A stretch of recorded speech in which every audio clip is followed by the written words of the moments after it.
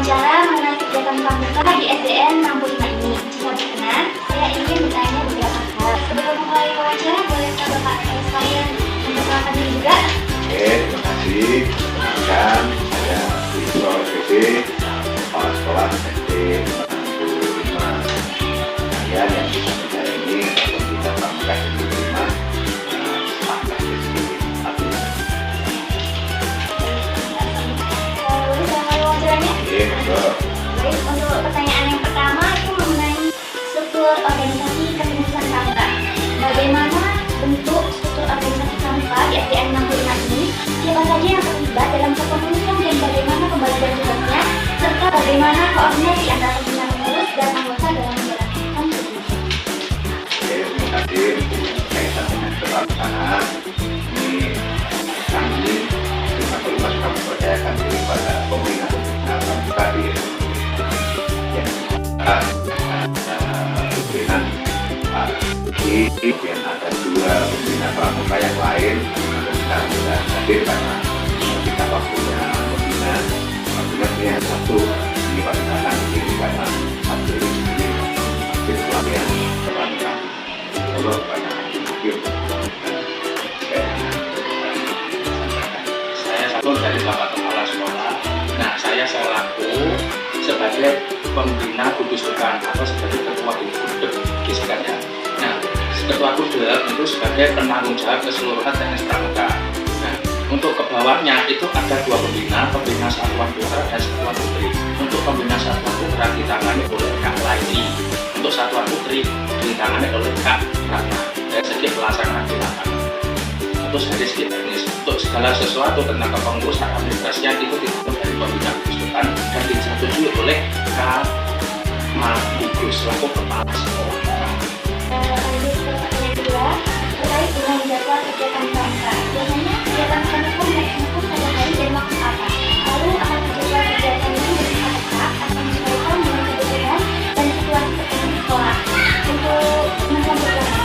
Untuk penentuan jadwalnya kita dilaksanakan pada hari Sabtu jam 11 sampai jam 12.30. Untuk pesertanya, kami tekankan semuanya ikut, meskipun dari peraturan pemerintah Mendikbudristek itu nggak wajib. Kami tekankan wajib, karena apa? Untuk meningkatkan rasa mandiri siswa dan tanggung jawab moral. Itu karena penilaian positif dari kegiatan pramuka. Daripada di rumah itu main-main saja, nah, lebih baik pramuka. Yang ke rumah langsung bisa lanjut ini. Oleh karena saya tekankan harus Selanjutnya pertanyaan ketiga terkait dengan pramukaan rutin dan non-rutin. Apa saja kegiatan rutin dan kegiatan non-rutin yang dilakukan oleh anggota pramuka? untuk kegiatan rutin itu dilaksanakan setiap hari Sabtu. Nah, itu dalam bentuk jangka pendek. Untuk jangka menengah, program kami itu mengadakan kegiatan perkemahan, yaitu perkemahan Sabtu malam Minggu. Itu biasanya dilakukan 1 tahun sekali ketika ajaran semesteran itu mau selesai. Nah, untuk kegiatan semesteran ini kan berakhir pada bulan Desember di tanggal 6. Setelah itu kita melakukan kegiatan bersama agar siswa-siswa itu berkenan untuk mengikuti kegiatan perkemahan agar tidak membosankan. Untuk jangka panjang itu ada kegiatan perkemahan tahunan di luar sekolah, yaitu kegiatan perlombaan perkemahan pramuka kepala tingkat kecamatan atau tingkat pameran ini. Selanjutnya terkait dengan sarana dan prasarana. Apa saja fasilitas atau perlengkapan yang tersedia untuk mendukung kegiatan pramuka di SDN 65 ini?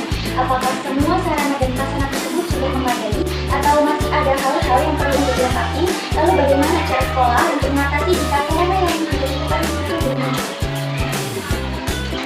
Terkait dengan tapras kegiatan pramuka itu alhamdulillah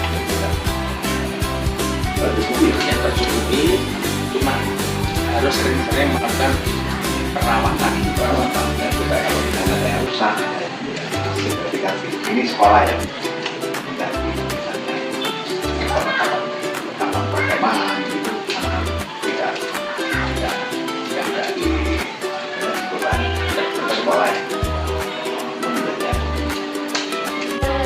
Lanjut ke pertanyaan kelima terkait dengan sistem penilaian kegiatan kepramukaan. Bagaimana cara penilaian keaktifan dan keterampilan anggota pramuka? untuk penilaiannya itu kan karena sudah wajib, karena setiap hari datang otomatis itu dapat nilai keaktifan. Untuk kedua, ada penilaian untuk menyelesaikan syarat kecakapan umum. Kami menempuh sistem penggalang rangkul dulu agar siswa tersebut benar-benar paham yang diajarkan oleh seluruh pembinanya. Nah, itu dari segi penilaian yang kedua. Untuk penilaian ketiga, kami mengadakan evaluasi dari kegiatan pertemanan, yaitu pada kegiatan bulan Desember yang akan datang. Nah, anak-anak itu benar memahami betul apa yang diajarkan oleh pembina. Itu penilaian evaluasi akhir.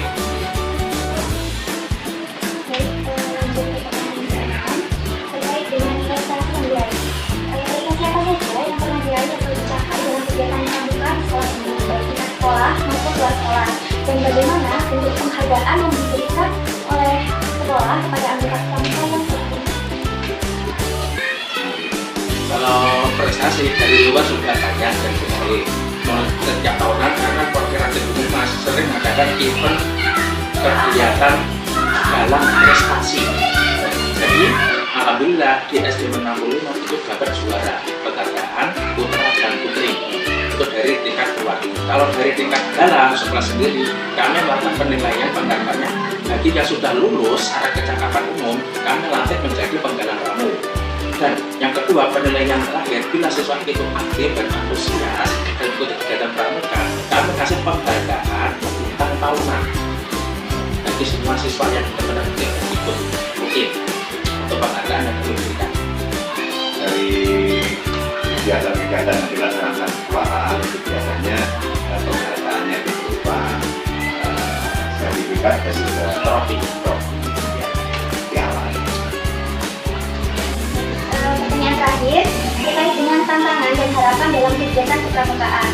Dalam pelaksanaan kegiatan pramuka, kendala apa saja yang dihadapi oleh sekolah dan kendala apa yang paling sering dihadapi, serta bagaimana cara pembina dan pihak sekolah untuk mengatasi kendala tersebut. Lalu harapan apa agar kegiatan pramuka di sekolah ini dapat berjalan dengan baik dan benar? Kalau dari segi kendala, alhamdulillah tidak ada. Mungkin kendalanya yang sering itu cuma dari siswa, itu dikarenakan ada penekanan itu harus ikut. Daerah sadar itu tak mau ikut karena kebanyakan siswanya tersebut banyak yang mengacau, itu saja kendalanya. Tapi dalam segi pelaksanaan di lapangan tidak ada. Karena ada penekanan itu batin, yang maunya nggak ikut jadi ikut. Itu kendala yang secara umum. Karena ada penekanan dari segi moral siswa, agar anak itu punya sikap yang baik. Memang agak berat